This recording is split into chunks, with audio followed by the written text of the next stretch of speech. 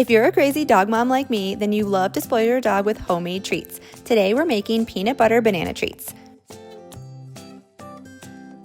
Preheat your oven to 350 degrees. Start by adding 1 large ripe banana to a mixing bowl and mash it up using a fork. Add in 113 grams of creamy peanut butter. I like to weigh this right into the mixing bowl so I get the right amount easily. Next, add in 2 large eggs. Then melt 113 grams of coconut oil. I just do this in a small pot over the stovetop, but you can also do it in the microwave if you prefer. Once the coconut oil is melted, add it to the mixing bowl and mix together with a spatula. Last, add in 127 grams of all-purpose flour and 1 teaspoon of baking powder. Mix together until you have a uniform dough.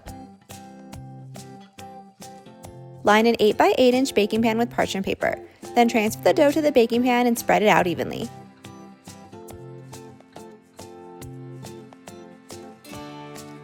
Bake at 350 degrees for 12 minutes or until a toothpick inserted in the center comes out clean.